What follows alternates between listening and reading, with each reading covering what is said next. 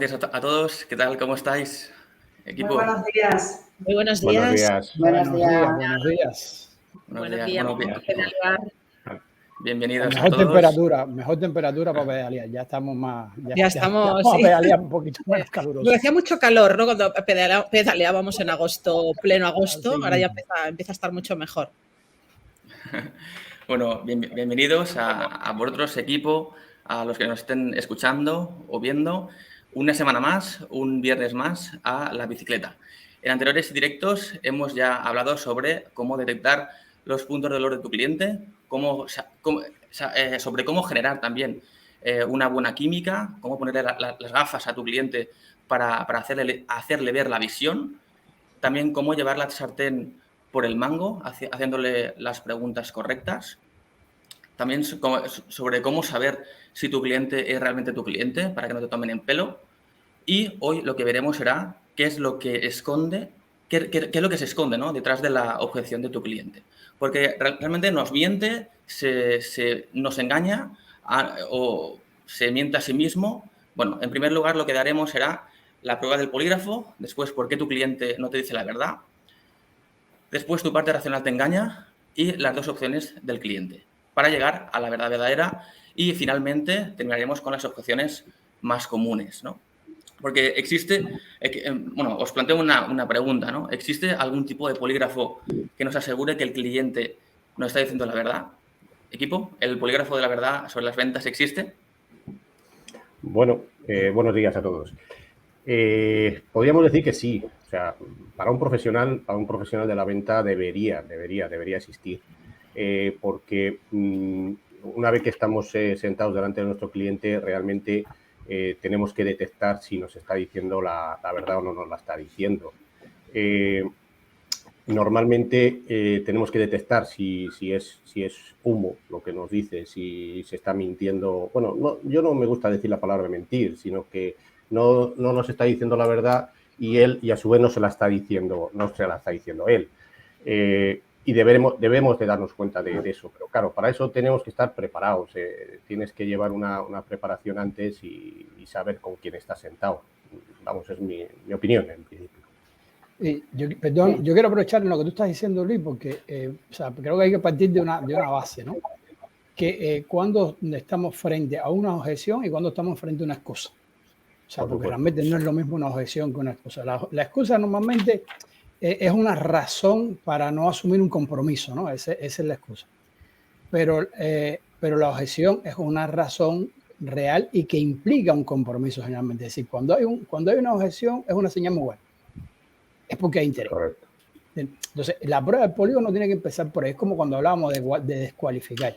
Hay que saber si hay que descualificar. Si estamos frente a excusas, mire, ahí no hay objeción, ahí no hay interés, ahí no hay nada. Simplemente no le interesa y hay que darnos cuenta a tiempo para no seguir invirtiendo tiempo en algo que no va a producir nada. Sería una realidad encubierta, ¿verdad? Sí. Quizá a veces una excusa un poquito planteada puede convertirse en una objeción, ¿no? Porque cuando no hay mucho compromiso y no hay mucha confianza, las personas empiezan creándote porque te voy a confiar en lo mío si yo no sé quién eres tú y no tengo confianza en ti. No me la has dado todavía, cuando no hemos hecho el proceso de química bien hecho. Bueno, ya saben que me enrollo. Yo pienso que, bueno, si estamos hablando del polígrafo, ¿no?, que es un poco pues el detector, ¿no?, de esas verdades ocultas o de esos engaños o llamámoslo no tan verdades, ¿no?, que salen a la luz. Entonces yo creo que la primera detección que hay que tener es si verdaderamente esa verdad es la verdad auténtica para el propio cliente. ¿Por qué? Porque el polígrafo tiene que pasar ese detector primero por él mismo. Porque no solamente es que no nos diga a nosotros la verdad, es que nosotros a nivel psicológicamente, el ser humano, cuando hay algo que no le gusta, tiende a enmascararlo.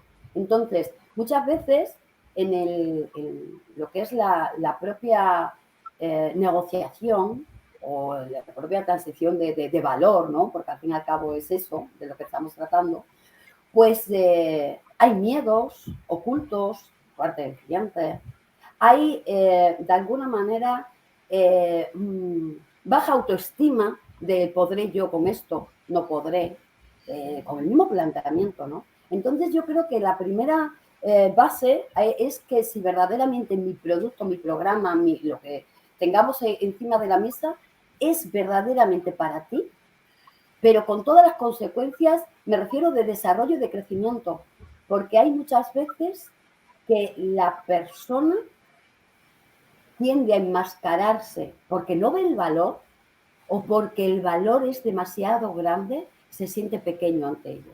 Entonces, yo creo que la primera prueba de polígrafo debe empezar por uno mismo, que en este caso es el cliente y sus verdaderas razones para estar sentado conmigo. Bueno, ahí lo dejo. Creo que es importante detectar esto. Muy bien, Carmen. Yo la verdad es que me gustaría decir que el polígrafo o la máquina de la verdad somos nosotros, los consultores, los comerciales. Entonces, en la medida en la que tú te preparas, serán mejor. Es decir, la preparación y el laboratorio es súper importante porque nosotros podemos averiguar con antelación qué objeciones, qué miedo va a tener, qué dificultades. Entonces, me gustaría ya añadir que es muy importante, pues eso, esa preparación en laboratorio, esa investigación del cliente, qué tiene a su alrededor, qué posibles objeciones, qué posibles miedos, como habéis dicho, qué posibles dificultades tendrá o no tendrá presupuesto suficiente. Entonces, me gustaría añadir que esa máquina de la verdad o ese polígrafo somos nosotros mismos, es decir, nosotros, los consultores, los vendedores, los que vamos a ayudar a las empresas. No sé qué pensáis. Pues sí, Esperanza. Yo tengo claro que después, o sea, detrás de cada no, tenemos escondido un sí. Y para ello tenemos que averiguarlo. Y voy a poner un ejemplo muy gracioso que todos vamos a recordar. La primera vez que, por ejemplo, le pedimos salir a nuestros padres de fiesta, nosotros ya teníamos preparada toda ese repertorio que íbamos a decir para conseguir salir. Teníamos claro que nos iba a decir que no, y si nosotros no le contábamos con quién íbamos a salir, si había alguien que era mayor que nosotros que nos iba a proteger, la estrategia estaba trazada. Y yo puedo asegurar que conseguí ese sí. Así que es muy importante tener esa estrategia bien trazada con nuestro cliente. En aquel caso eran mis padres y yo lo conseguía, ¿no? Pero con el cliente pasa. ¿Qué piensan de esto? Me encanta tu ejemplo, Sandra. Además, aquí voy a comentar una cosa. Todos nosotros, tú conoces perfectamente a tus padres y los conocías. ¿Qué quiero decir con esto? El estudio del cliente ideal estaba hecho ya de antemano. Entonces, muchas veces todo lo que falla en la parte de la venta es porque directamente no has hecho un estudio previo de quién es tu cliente ideal, pero conciso y seguro, porque si ese estudio está bien hecho y tú te cruzas con una persona que no entra dentro de ninguno de los patrones que tú has establecido, no hay reunión que valga, no ha cualificado ya para nada antes de empezar. Muchas veces el problema viene porque ese estudio no se ha hecho, porque todo el mundo va con prisas y no tiene tiempo de pararse a crear ese perfil que es tan importante a la hora de realizar una venta, y de ahí luego a la posteriori se pierde mucho tiempo en reuniones que no llegan a ningún sitio o en crear ese perfil a base de preguntas directamente al posible cliente, cuando ya tendría que estar dado antes y ya tendrías que tener preparado todas las objeciones y todo lo demás con anterioridad, porque ya lo sabes tú, porque tú lo has preparado, tú has creado ese perfil. Así es. Además, casi siempre, sí, casi siempre suele ser que el cliente tiene miedo. El miedo a salir de la zona de confort, el miedo a superarse. Siempre es, cuando te miente, es justo lo que comentaba, ¿no, Sandra, de que lo que decías a sus padres, de que tenía miedo, ¿no? Realmente es miedo a salir de la zona de confort, a eso, ¿no? Y debemos que tener en cuenta que no es que sea nuestro cliente maligno, ¿no?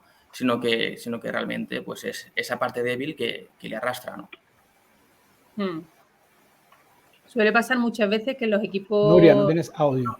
Está silenciada. Ah, vale. Suele pasar muchas veces que los equipos, bueno, me pasa a mí, ¿no? También, cuando estamos cerrando ventas, ¿no? Los equipos comerciales tienen miedo a que salgan las objeciones, ¿no? en las reuniones, ¿no? Porque, y yo pienso, ¿no?, que mejor, es mucho más positivo que esas objeciones salgan en esa llamada o en esa reunión, porque imaginaros, si no sale esa objeción, ¿no?, o ese miedo, en el que en el momento, si sale la objeción, el miedo, tú puedes, oye, pues hablarlo con él y realmente resolverla. Imaginaros que se va a su casa, ¿no?, se va a su trabajo y esa objeción le sale y claro, ya no tiene la posibilidad de resolverla. Así que es súper importante que todas las objeciones y todos esos miedos salgan. Y si no los saca el cliente, los tenemos que sacar nosotros y sin miedo. Y a mí me gustaría añadir que es muy importante la preparación. Es decir, lo que ya ha salido varias veces, prepararlo muy bien y sobre todo, pues, tener claro qué le vamos a decir, ¿no? No justificarlo, sino, pues eso, tener claridad cuando las vamos a resolver. La argumentación, ¿no, Esperanza? Es que no, estaba pensando en la argumentación, porque lo típico, oye, pues le voy a decir esta frase o le voy a decir la otra, no, hay que argumentarlo, sobre todo el cliente lo tiene que entender, lo tiene que madurar, lo tiene que sentir, ¿vale? No es, bueno, ya hablaremos otro día de las objeciones o qué habría que decirle, pero argumentarla es muy importante y es muy difícil. Es muy difícil, lo digo por conciencia porque primero el comercial tiene que saber, lo tiene que tener claro y no todo el mundo lo tiene claro, lo tiene que sentir. No sé qué pensáis sobre eso. Sí, totalmente de Sí, acuerdo. no, yo ahí Además, lo veo porque el tema del valor, que verdaderamente le hagas ver el valor, porque hay veces que estamos hablando y quiero decir, las objeciones normalmente llegan también porque a lo mejor no se ha aportado, o sea, no le haces ver al cliente el valor de tu producto o tu servicio, de esa necesidad que pueda tener de él. Y ahí está también ese detector que efectivamente es un poco lo que decíamos antes, de que verdaderamente yo tenga esa necesidad y tenga ese problema y que tu producto o tu servicio me lo cubra, pero primero tienes que hacerme ver que verdaderamente yo tengo esa necesidad o creármela o si yo tengo ese problema, saber que tú me lo vas a solucionar. Porque si no partimos de esa base, estamos hablando ¿de qué estamos hablando? Pero cuando surge una objeción, también tengo que tener en cuenta que si estamos sentados es porque hay un interés por el cliente, ¿no? Y a partir de ahí, pues vamos a ver. Totalmente de acuerdo. Yo creo que al final lo hemos dicho todo, sobre todo Esperanza. Todo viene tenemos que tener una muy buena preparación. Si cogemos desde el primer día que hemos empezado con la bicicleta y llegamos hasta hoy, vamos a entenderlo todo perfectamente, porque tenemos que detectar si la objeción es real o no es real, porque muchas de las veces no nos damos cuenta y el propio, creo que en el chat lo han puesto, el propio cliente lo que está es sacándonos información a nosotros. O sea, no nos va a decir la objeción real y somos nosotros quienes se la tenemos que detectar esa objeción real.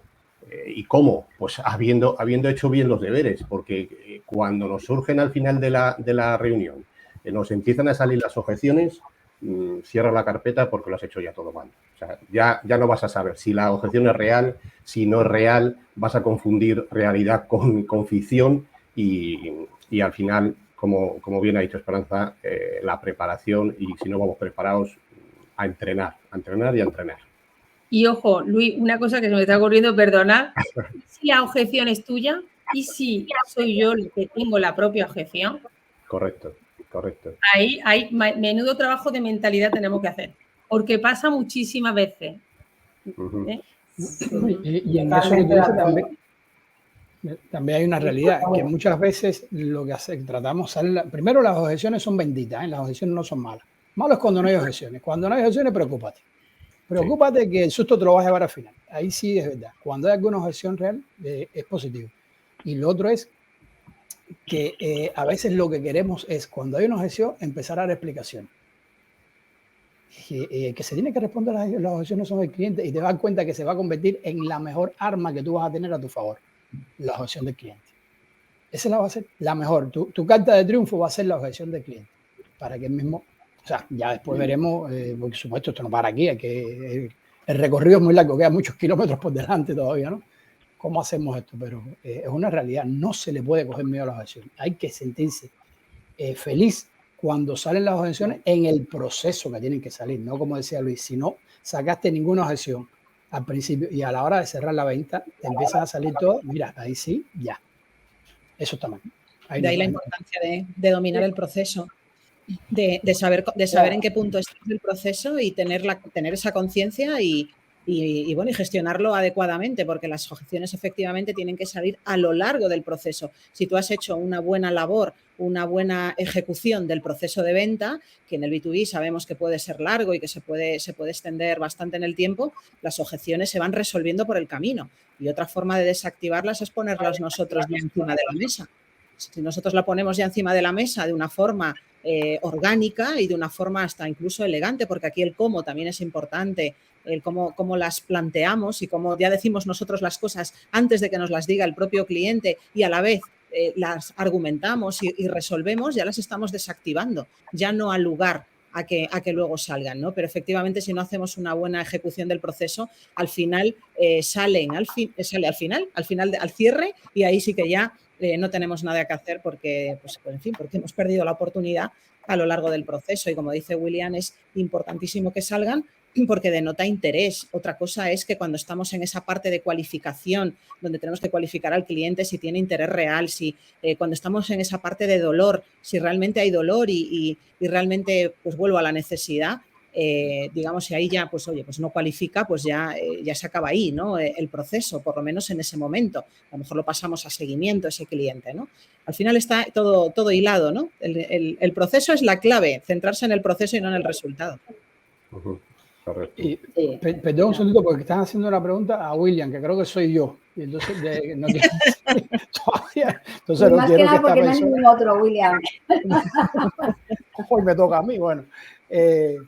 Mira, o sea, perdona, no sé el nombre porque es docente potente a la persona. Esto que estás diciendo, primero, eso lo vamos a ver. Yo nada más te voy a poner un ejemplo que a mí me encanta mucho, por ejemplo, escuchar a Luis Mongemalo. Además, no es spoiler, Luis Mongemalo es nuestro amigo, es nuestro amigo, es colaborador, es amigo. Es una bendición. Y a mí me gusta mucho porque siempre hace comparaciones, ¿no?, con ligar. Yo cuando era joven me gustaba ligar. No era tan malo, pero no era poco tampoco. Fui estrella, ¿no?, en eso. Y hay cosas interesantes. Por ejemplo, esto que tú dices, a ver, tú, o sea, si eres un chico o una chica, no sé quién eres. Si fueras un hombre, si tú llegas a un lugar y eres una chica, yo quiero salir contigo, yo quiero verte y tú eres el amor de mi vida, el primer momento, ¿qué tú haces? Seguro que tú te paras y dices, hey, espérate, que esto me huele mal. Entonces las ventas, ya lo vamos a ver. El exceso de entusiasmo muchas veces puede ser muy peligroso. No siempre, ¿eh? A lo mejor esa chica te casas, tienes muchos hijos y eres muy feliz con ella. No te digo a ti que no. Pero hay que pensárselo primero, ¿okay? Entonces eso lo vamos a ver también en procesos que vamos a seguir viendo de cómo enfrentar las objeciones.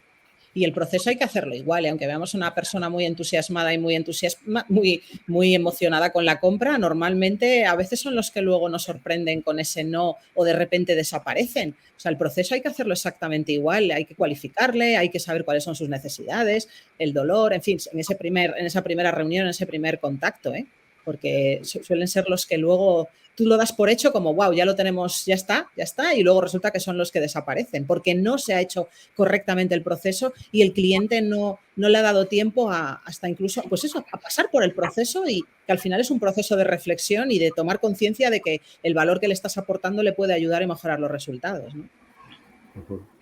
Cuando te suelen decir eso, esa ilusión tan grande de que te van a comprar, de que te van a cubrir los objetivos del año, piensa que seguramente no compres. La experiencia a mí también me dice eso, ¿eh? Un porcentaje muy alto de estas personas que vienen muy ilusionadas, lo que han dicho ya los compañeros, cuidado con ellos porque finalmente no van a comprar.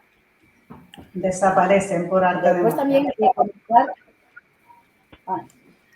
lo digo porque Laura Moñivas estaba comentando que nuestras propias objeciones a veces las trasladamos al cliente, y eso es verdad. A veces, si tú piensas que no, trasladas al cliente ese miedo, incluso que puedas tener tú, se lo traslada, o pensando que esto no es para él. Ya empiezas tú, no, sí, Entonces tú ya vas a la entrevista, a la negociación o a la llamada o en el punto en el que os encontréis con esa objeción y esa objeción la trasladas tú directamente y al final va a ser porque en verdad, bueno, pues lo que tú crees al final es un poco como que lo que creas, ¿no? Es así. Y me gustaría comentar que hemos hablado muchas veces de los roleplay, ¿no? Si no tenemos tiempo de hacer un roleplay, por lo menos lo más, yo diría como un trabajo que pueden hacer, ¿no? Como un consejo, hacer roleplay de las objeciones y sobre todo con tu compañero para que veas realmente si se lo están creyendo, porque a mí me pasa muchas veces que como no estemos preparados, de repente me saca una objeción y me quedo ahí como, ¿no? Se nota que no estoy preparada, que no lo estoy argumentando bien. Entonces es súper importante, pues eso, hacer roleplay de todas las objeciones, ¿no? Pensarlas, escribirlas, cómo las vamos a argumentar y sobre todo, pues bueno, pues que otro compañero te dé feedback si realmente, oye, pues si está clara la objeción y la vas a poder resolver. Y con esa preparación también tomamos conciencia, con ese roleplay, de esa batería de objeciones que ya tenemos preparada y que nos ayuda a tener esas preguntas adecuadas que hay que hacer en torno a esa posible objeción para que ya, si hacemos la pregunta adecuada en torno a esa posible objeción, ya el cliente ya te está contestando, con lo cual ya no hay lugar que salgan más adelante. Pues tú le estás preguntando, bueno, ¿y tú tienes tiempo para esto? Que al final es una pregunta de cualificación, pero para que no salga también esa objeción, si te está diciendo, sí, tenemos ya todo preparado, los recursos, el equipo, ¿cómo te va a decir después, al final, en el cierre? No, mira, es que no tengo tiempo, ¿no? Entonces, ahí es importantísimo también el hacer esas preguntas adecuadas para tener la sartén por el mango en cuanto a gestionar esas no objeciones que no salgan más adelante. Claro. Sí, absolutamente. Comenta aquí.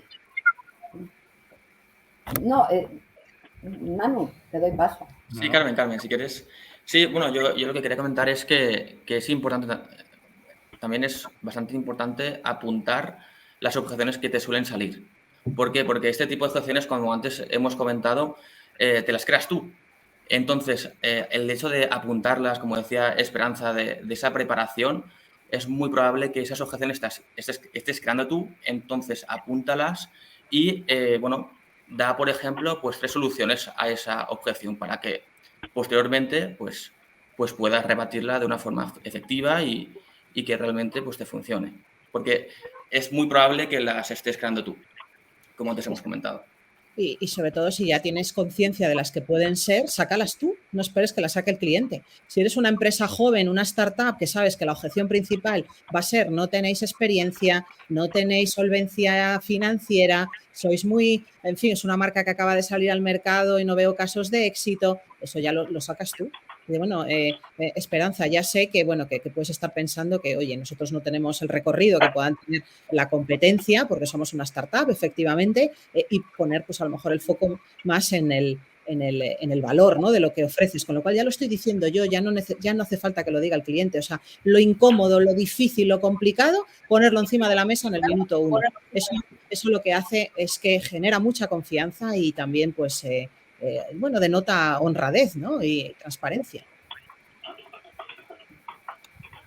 Y una pregunta que puede salir, lo que tenía yo aquí apuntada, oye, ¿qué tendría que pasar para que tú y yo hiciéramos negocio, ¿no? ¿Qué tendría que ocurrir? Esa es una pregunta que puede dar paso a por qué sí y por qué no. Y entonces en el por qué no, pues te va a decir, oye, pues exactamente por qué no, pues te va a salir una objeción, está claro. No sé si se ocurre alguna otra pregunta.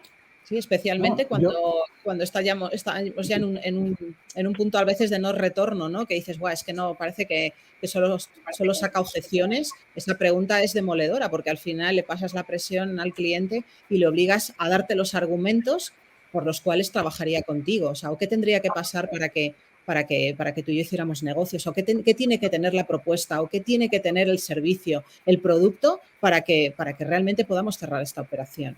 Y entonces ya le trasladas la presión. Pudiéramos ir hablando un poquito de las objeciones. Y todo esto comunes, debe ¿no? ser... No, Carmen, no, dale. Sí. No sé qué va con retraso y perdonad si te piso, pero no sé, me llega más. Písame, no pasa nada, písame. Porque efectivamente aquí docentes potentes Pues estaba comentando que él en alguna ocasión, ¿no? Pues ha ido como cliente ilusionado a realizar una compra y que finalmente no lo ha hecho, ¿no? ¿Por qué?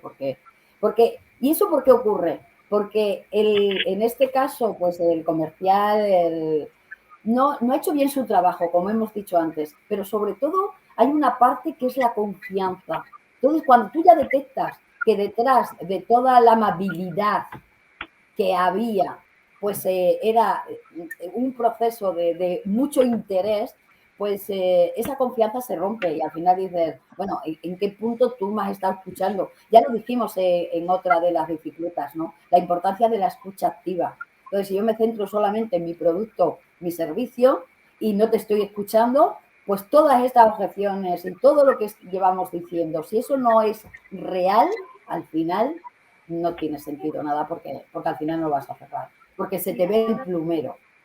Ahí, me perdonáis la expresión, porque es así. Entonces, esa parte es súper importante. Debes ser genuinamente sincero, transparente, honesto, como bien ha dicho Nuria, eso es fundamental. O sea, tenemos que ser desde ahí, ¿no? Ser auténticos desde nosotros mismos, eso es fundamental, básico. Lo quería simplemente puntualizar porque no me vale nada una objeción bien si no lo hago desde esa base, ¿no? De transparencia y de honestidad. Sí, y cuánto, mejor voy a decir algo que no debería decirlo, pero ¿cuántos equipos comerciales no creen en sus propios productos y servicios? Son ellos mismos los que ponen las objeciones. Muchas veces nos pasa a nosotros, ¿no? Que estamos cerrando ventas, ¿no? Y oye, pues si yo el producto o servicio que voy a ofrecer para ayudar a mi cliente no creo en él, eso, ojo, ten cuidado, pues no sé, ahí está claro que no es posible por eso, ¿no? Yo creo que muchos equipos comerciales que no lo sienten. Entonces, imaginaros, si ellos no lo sienten y lo creen, ¿cómo se lo van a ofrecer a sus clientes? Así luego le salen las objeciones más comunes, ¿no? Efectivamente. Entonces, pues hay que preparar. La parte, yo diría dos cosas, eso, el equipo comercial, sus propias objeciones, la mentalidad y por otra la del cliente. Y ya no solamente eso, Esperanza, de que no crean en su producto, sino que no conocen a su cliente. Yo cuántas veces he salido de acompañamiento y llevas cualquier producto nuevo y lo primero que te dicen, no, a este cliente no, yo conozco a mis clientes, es que esto mi cliente no lo va a aceptar. Si es que ya te estás poniendo tú mismo la objeción, y esa objeción es un muro, eso es un muro. Y si a eso le juntas encima, como tú bien has dicho, que no creen el producto, pues le comprarán, pero él no va a vender nada. Absolutamente, Luis, sí.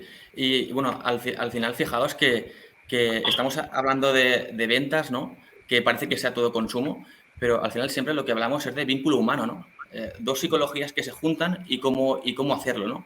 Así que si queréis, vamos ya con el tema de las objeciones, las más comunes, ¿vale? Así que, ¿qué es lo que diríais? ¿Cuáles creéis que son las más comunes, las que más salen? Yo creo que la primera que más sale siempre es me lo tengo que pensar. Wow. Y el dinero, ¿no? Y el dinero. El dinero. Que el dinero también, que el dinero muchas veces es real y a veces semi-real, ¿eh? El tema del dinero. Incluso es una posibilidad de gestionarlo. Eso no es una oportunidad de cómo gestionar eso. Se les puede ayudar en relación a todas las objeciones. Y otra que sale mucho es la de no tengo tiempo ahora, ¿no? Esa es otra. Realmente lo que no es prioridad. El tiempo es el mismo para todos. Lo que no tienes prioridad por ese aspecto porque no hemos logrado que lo vea como una prioridad. O que él mismo lo vea como una prioridad, ¿no? Porque al final el tiempo es el mismo, 24 horas al día. No tenemos otro tiempo que no sea ese. Hay que darse cuenta que el cliente...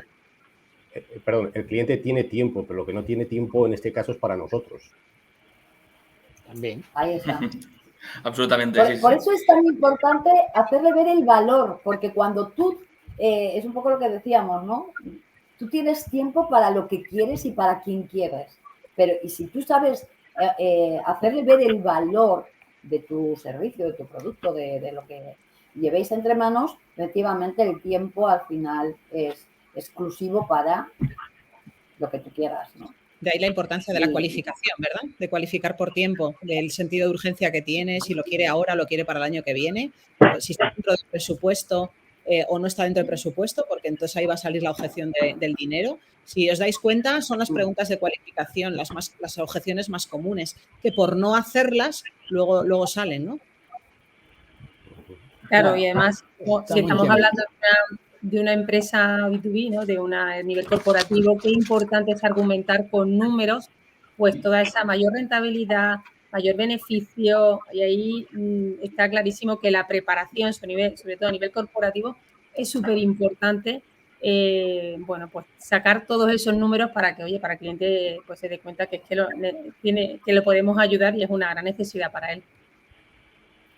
Totalmente. Y además de estas objeciones, que son las más comunes, luego están las típicas del sector, ¿verdad? Que esas también las tenemos ya que conocer por experiencia.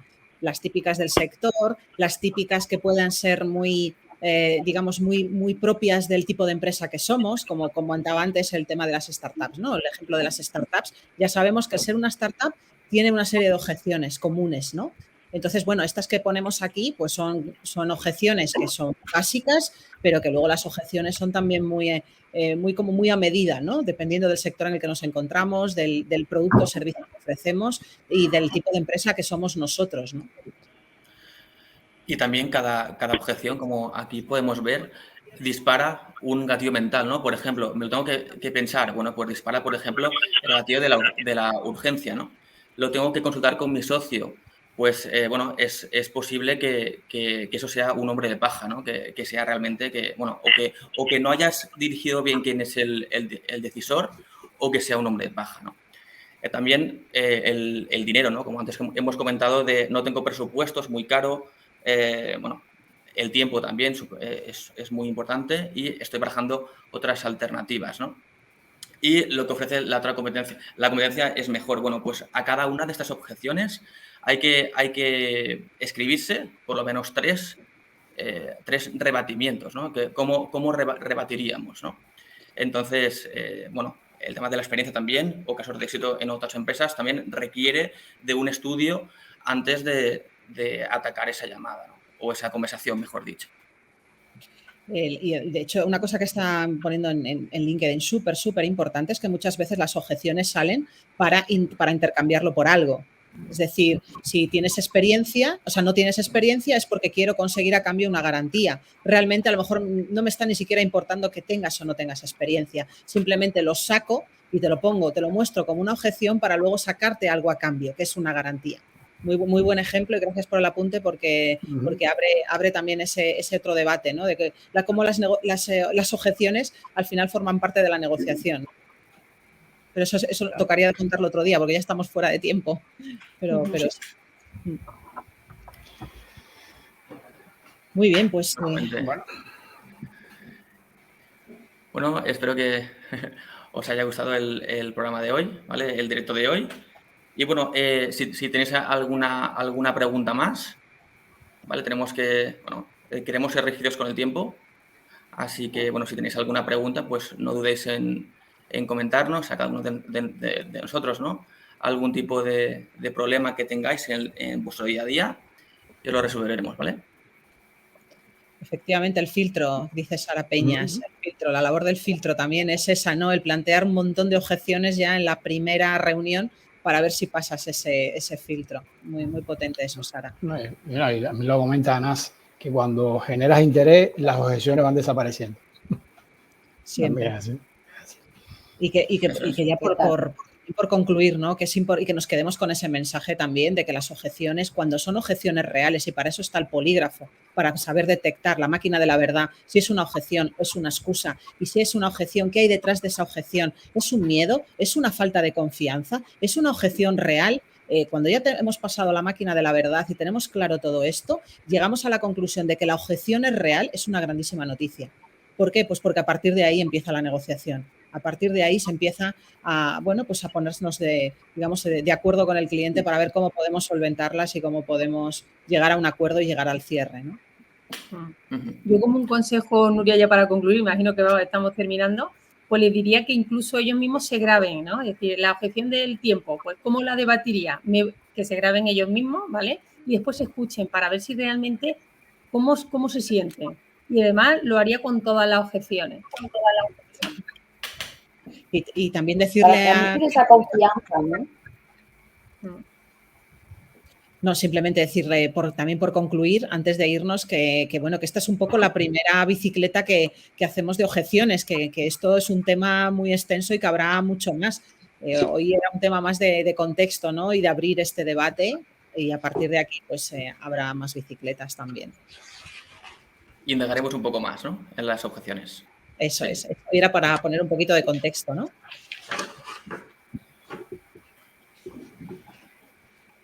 Bueno. Genial. Muy bien. ¿Qué hacemos? ¿Contamos la tarde? No hay preguntas, así que yo creo que ya... No hay preguntas, ¿no? Sí. No hay... Concluimos el directo. No. Pues nada. Bueno, muchísimas gracias. La semana que viene nos vemos. Nos vemos el viernes. Gracias a todos por estar ahí siempre, que vemos ahí a personas que estáis siempre todos los viernes acompañándoos y que eso se agradece muchísimo, y también caras nuevas que también nos dan muchísima alegría, nos da mucha alegría. Así es que nada, muchas gracias. Yo también comentar que si os parece interesante el espacio pues comentárselo a compañeros, que no se lo pierdan, porque yo siempre les digo, ¿no?, que lo que es bueno para mí es bueno para otros. Si verdaderamente veis el valor que podemos aportar en el espacio de la bicicleta, pues nos encantará que lo compartáis con vuestros conocidos, compañeros, equipos, y que todos lo puedan aprovechar.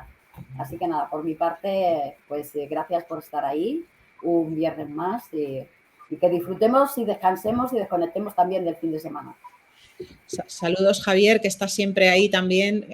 Muchas gracias por acompañarnos cada viernes. Gracias a Laura también, a Francisco, a Carlos Gallego, Carlos Padilla. Bueno, gracias a todos. Os estoy leyendo esto ahora mismo yo encargada del chat.